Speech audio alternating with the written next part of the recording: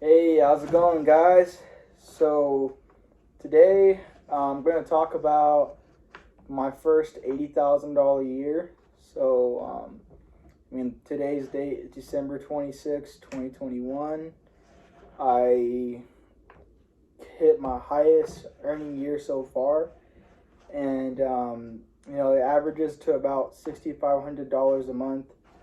Right now, I'm 25 years old, so I kind of just want to talk about how I got to my to making $6,500 every month, and maybe just to give you guys a little bit of insight on how you can do it too, or the steps it takes, or what it takes to get to that. It it personally took me, a 2 year plan.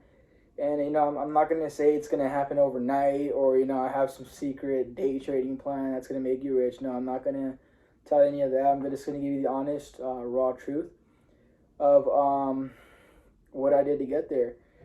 For me personally, it was learning a high income skill, and by that I mean like a skill you can develop that will make you more money. And for me personally, I chose sales. For me, sales was the key to success that would help me out. I had went to college too. I was actually like an honor student in high school. I always had really good grades, and my family wanted me to go to college, and I did really good in college actually. Like I was on track to graduate.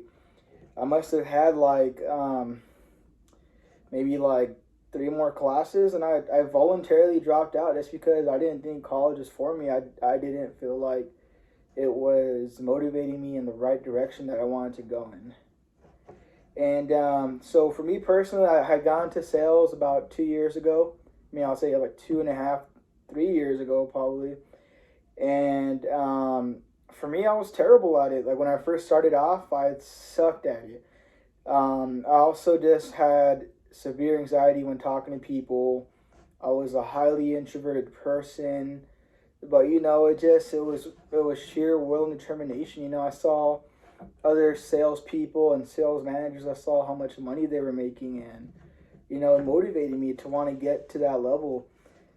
And so the company I decided to work for was pretty much a sales agency for Verizon, or what you call an authorized retailer. We pretty much assist with setting up devices, activations, setting up accessories, setting up insurance plans for Verizon wireless customers. And the company I decided to work for is called Victra.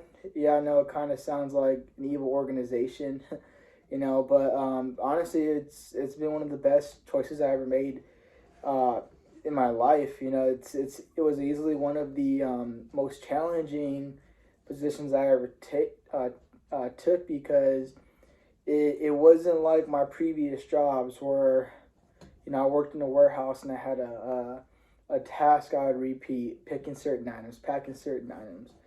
It wasn't like when I worked at Del Taco where I was just taking orders and getting customers yelling at me about food. It was very different because every day is something new. There's always something to learn, always new challenges, always objections to overcome, always new things to learn from. And as the months progressed, I started developing new techniques from watching other salespeople, learning from great coaches and sales managers. For me, I was just very grateful to be in an environment that cultivated my intellect and challenged me in so many new ways. So, I stayed consistent, and I had some rough patches where I just, there's months where you're not going to get any sales, and it's all part of growth and development. I always encourage people to get in sales because it's one of the highest professions you can get in if you don't have a college degree. So, if you're in my specific situation, I'd recommend giving it a try. Me personally, I met a lot of people that motivated me and pushed me. And I feel like with sales agencies, it tends to be like that. They want to see you do good. They want to see you produce results. So that's what I would encourage other people to get into it too. After about a year and a half of me being with my company, my district sales manager came to me, and he presented an opportunity to become a sales manager, to take a step up.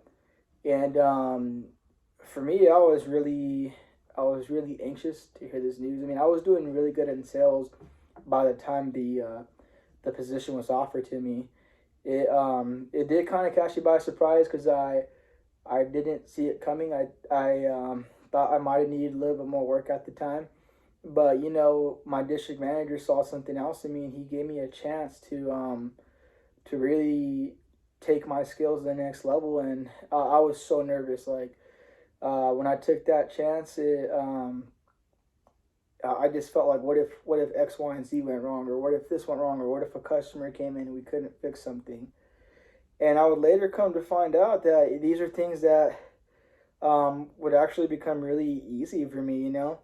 I did doubt myself a lot, and to be honest, my first month as a sales manager, I failed. I missed my target, and it did kind of hurt. It demoralized me, but ultimately, that first month where I failed, it helped me see my strengths and my weaknesses, and I started to get better at breaking down what I was struggling with and what I was really good with, and improving the points that I just wasn't really good at, whether it was selling a certain item or pushing a certain company initiative.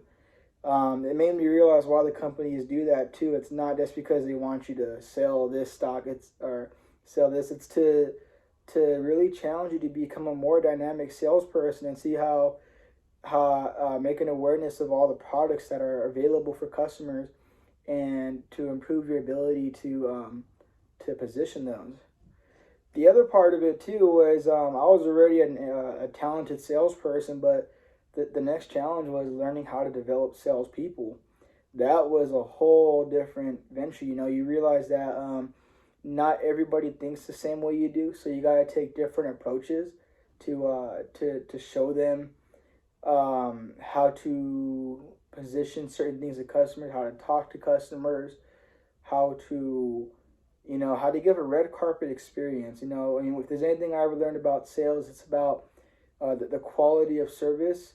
It's not about having a flashy pitch, or trying to make it seem like the world's latest and greatest thing. I mean, you definitely want to push that, but I think what's more important is the quality of service. You're selling yourself to that guest.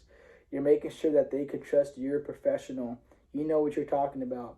And I had to find a way to communicate that to my salespeople. And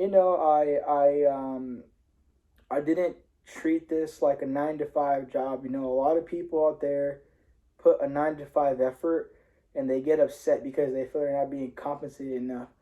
I've heard from people who are upset with what they're making, and it's like they're just like I mean, this is just in general, not related to like what I'm doing, but like people who are just kind of not doing.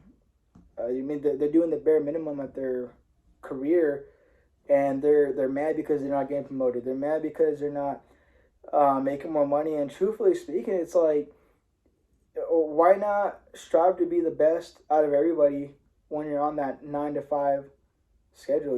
It doesn't have to be such a bad thing. And me personally, I would put about 10 to 12 hours daily. I was determined. I was dedicated. This just, when there's an opportunity, you got to give it your all. You can't go in halfway, 1 foot in, 1 foot out. I had a real eagerness to become like the absolute best sales manager in my district. And, it motivated me to just really, really push. I mean, I just feel like most people could put a little bit more effort,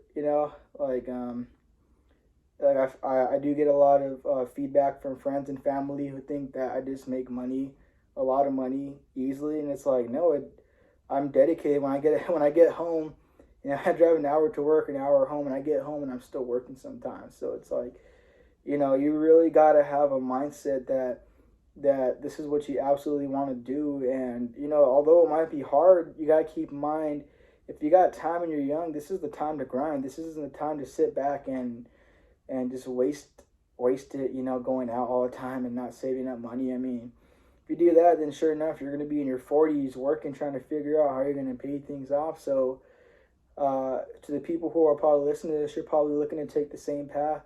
You're trying to make better money. You're trying to get on your grind. You're trying to get to a better place. So I'm sharing my story because I want to bring a realness to how you can actually make. It's not a lot of money, but it's a decent amount of money for somebody in their 20s. But how you can get to a place where you make at least $6,500 a month, which is enough money to live okay, live a little bit better than normal than most people, and it's a first step to get into financial stability, and it's honestly all just about mindset. It's all about putting in more work than the person next to you, and you're gonna lose friends on this journey. You're gonna get a lot of negative feedback. People who think that, oh, you just got lucky because you have this job that pays you good, or you're just making good money because X, Y. No, it's like it takes time developing a skill, and mastering that craft and giving it your all. Studying, I would look at sales videos. I would listen to podcasts on my hour-long drive to work to figure out how to get better at what I do. So to be entirely real with you guys, so you might ask, how can you also make $6,500 a month in your 20s? And here's my genuine recommendation. And before I give you this recommendation, I'm not going to give no BS on oh yeah, you need to just go start a business. You're going to make $500 a day doing this business. And that's the common thing that you see nowadays. And I think that's a load of garbage.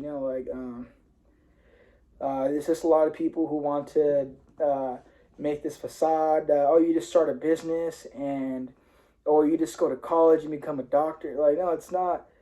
It's not the same for you. It's not the same. Most people don't have that same opportunity. Sometimes you got to have money to start a business. You have to have money to go to a good college to get a good degree. And, we're not all in that same position. So what I would recommend is find a great company, really research this company, look at reviews, what other people say about it, what the average salary is or hourly wages. And I would encourage you to look for a sales position. A lot of sales companies have a program to teach you how to get better. I think a lot of people get deterred by sales. They think, oh, I can't sell that. I don't know how to sell. It's a skill you can build. It's just like everything. The same way you learn how to flip burgers at McDonald's, you learn how to sell equipment and sell different things. It's not that different. And the reason I'd recommend it is because it's a higher income skill. You can make up to $100,000 to maybe even $200,000 a year becoming great in sales. And not only that, you get an hourly wage plus commission when you work in sales. The average you can make, even with a year experience you can make $25 to $50 an hour if you just really focus and concentrate and get good at what you're doing, become a great salesperson. I would also recommend whatever company you choose, just stick to them. Stop bouncing around from company to company because, oh, you don't like this, or oh, the management. It's look, you're going to deal with the same thing over and over again. You're going to get unhappy at one job. You're going to be there for 6 months, jump to another one because you think it's going to be, or you think the grass is greener on the other side, and then you're in the same situation as before. You're going back and forth. Stick to one company. Stick it out. If the pay is good, stick it out. Develop your skills. Try to understand things from a broader perspective and just, work your way up. Try to get promoted. Try to get to a higher position. And, this is my genuine advice to stay consistent. And, if you find, it took me about 2 years to get to the point where I'm at. I'm very fortunate. I was able to buy my home because of my career, and I was able to become very successful. I've been promoted a few times this year. I've taken home highly regarded trophies, and all I can say is just having the right mindset, being consistent, and just not giving up. And, it's just not falling into the whole fast money facade. you're going to see all these fake gurus. Oh yeah, you just quit your 9 to 5 and start a drop shipping business, start your Amazon FBA. Oh, you can do an eBay sellers account. I mean, you could probably do eBay sellers account, but like people pitch this and like you can do $100,000 business overnight. Like that's not gonna happen. I mean, maybe you might get lucky. I don't want to crush your dreams, but let's just be honest here. What's more likely to work out? And then if you get a job like this, you can start doing. If you get yourself in a position where you're making $6,500 a month, it gives you more opportunities for investing that money, investing into real estate, maybe building up a dividend portfolio because now you have the money to pay for bills and money to invest, money to save up, money that can build passive income. So that's why I would encourage you to take this journey and really push yourself to get into a higher income or higher paying career, or just stick to one career and keep building up with them. With time, you're going to see results. Best of luck, people.